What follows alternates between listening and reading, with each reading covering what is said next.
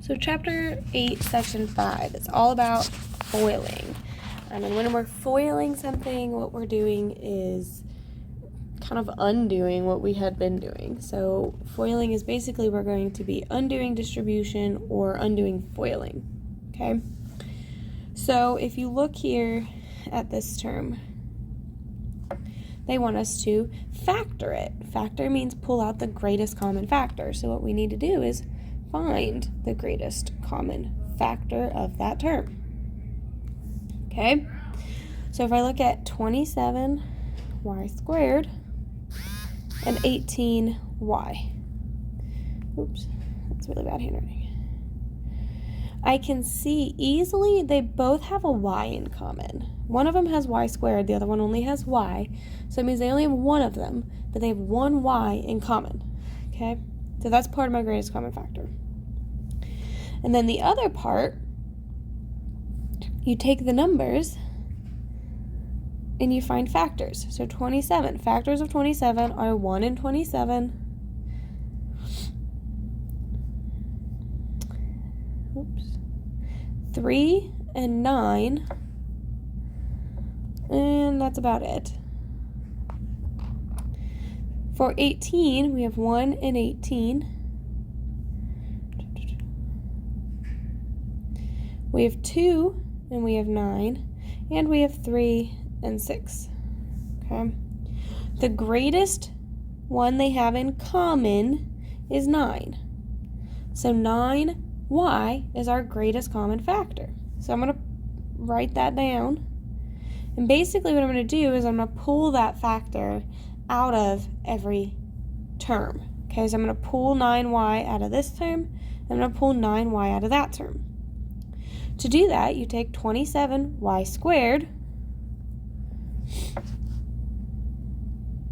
and you divide it by 9y. Well, 27 divided by 9 is 3. Y squared divided by y would be y to the 2 minus 1, according to our exponents rules, which would just be y. So this would become 3y plus 18y divided by 9y, which is equal to 18 divided by 9 is 2, and then y to the 1 minus 1, well, that would be y to the 0, which we don't need. So it just leaves us with 2. And that would be our answer. Okay, and if you distributed that 9y back in, you should get what you started with. That's how you could check it. Okay. And then if you look at example B here, okay, set out the same way, we're going to find our greatest common factor. Okay, negative 4a squared b, that could be written as negative 2, let's go 2 times negative 2, a times b, right? If I pull a 2 out of that one, because that's all I could pull out of that other than 4. Actually, start with your smallest one. Always start with the smallest one. 2 times a times b. Those are all the factors of the smallest term. So that means the greatest common factor cannot be digit-wise any bigger than 2, because that's the only number really in here that is a factor of 2. 1 and 2 are the only factors of 2. Well, 2 can be pulled out of 8, so it'd be 2 times negative 4 times a times b times b. This goes here. These go here. Okay, and then this term here, or if I took 2 and I pulled that out, times negative 2 times a times b, that's that term. Those are all my factors. Okay, they all have at least one a and at least one b, so that's part of my greatest common factor. And they all have a 2. So 2ab is my greatest common factor. Okay. okay? So I'm going to pull 2ab out. And what's left inside my parentheses, I'm going to rewrite this, okay?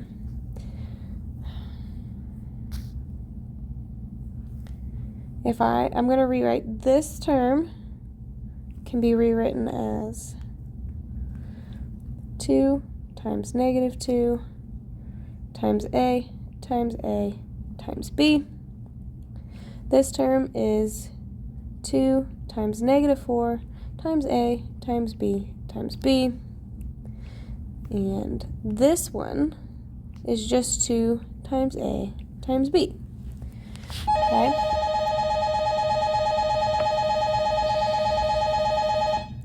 I pulled 2ab out front. That means out of each of these terms, I'm going to cross out the 2, an a, and a b.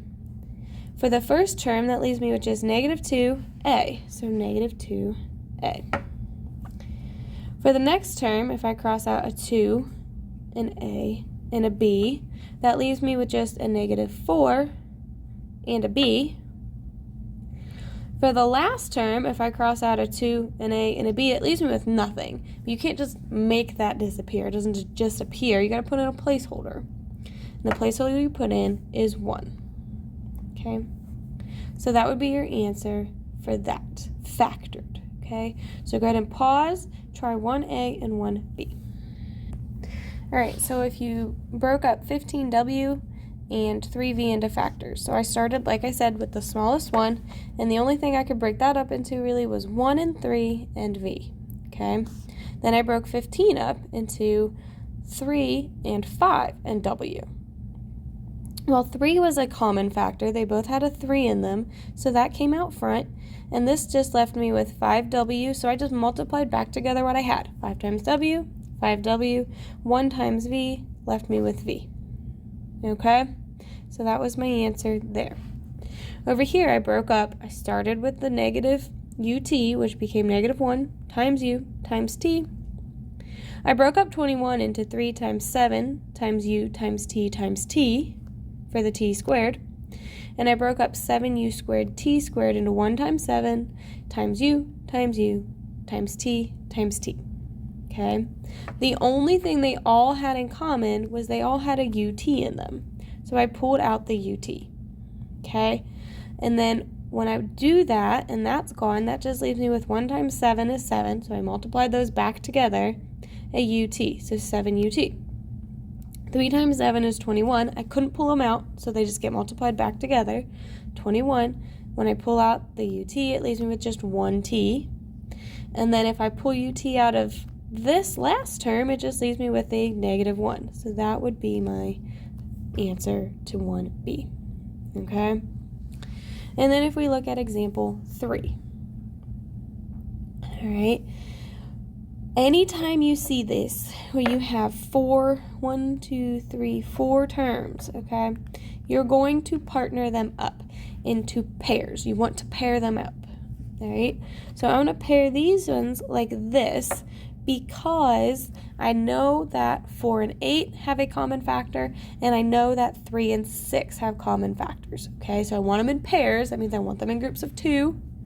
So I needed to partner them in pairs that have common factors, okay? So between 4QR, I'm going to write it out for 1 times 4, 1 times 4 times Q times R plus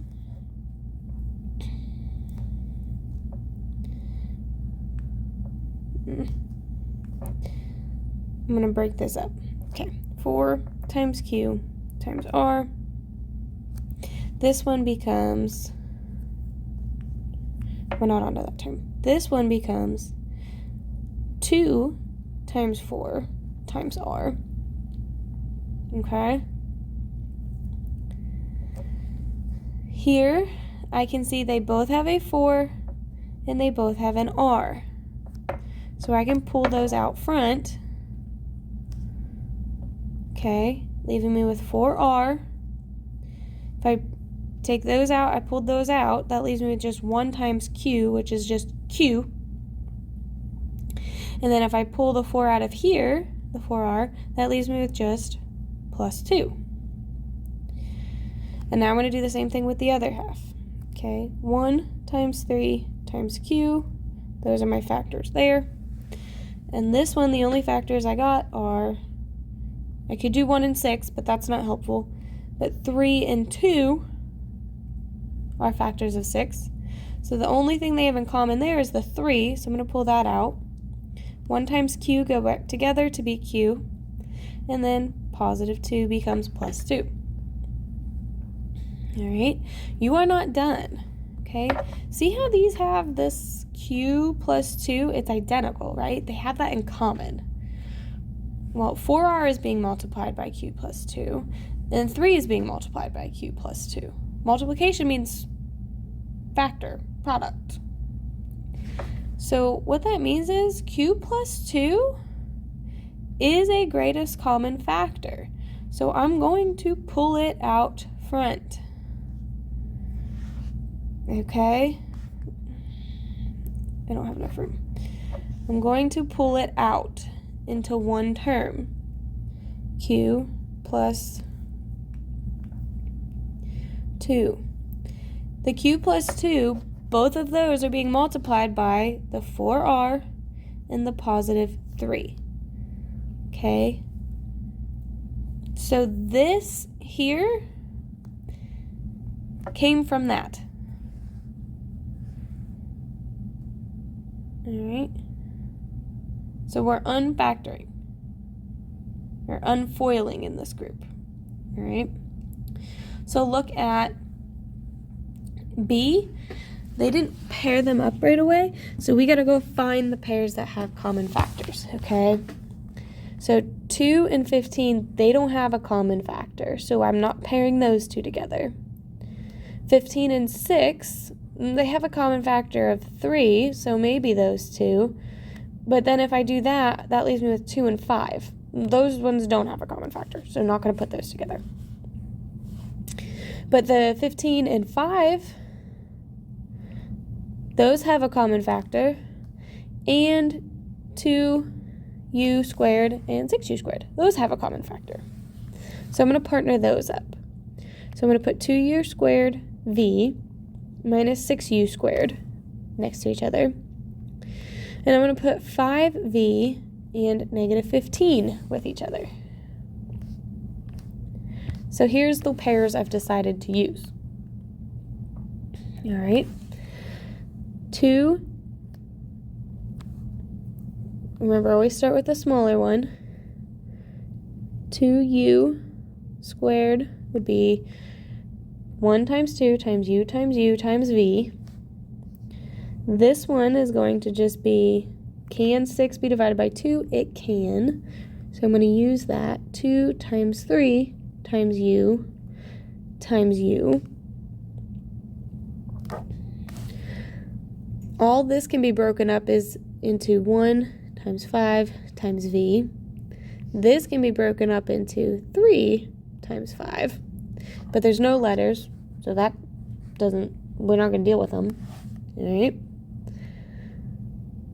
But now I'm going to go look for my common things I can pull out. So in my first set of parentheses here, I have a 2, I have a u, and I have a u in both terms. 2, u, 2, u. So I'm going to pull out 2, u.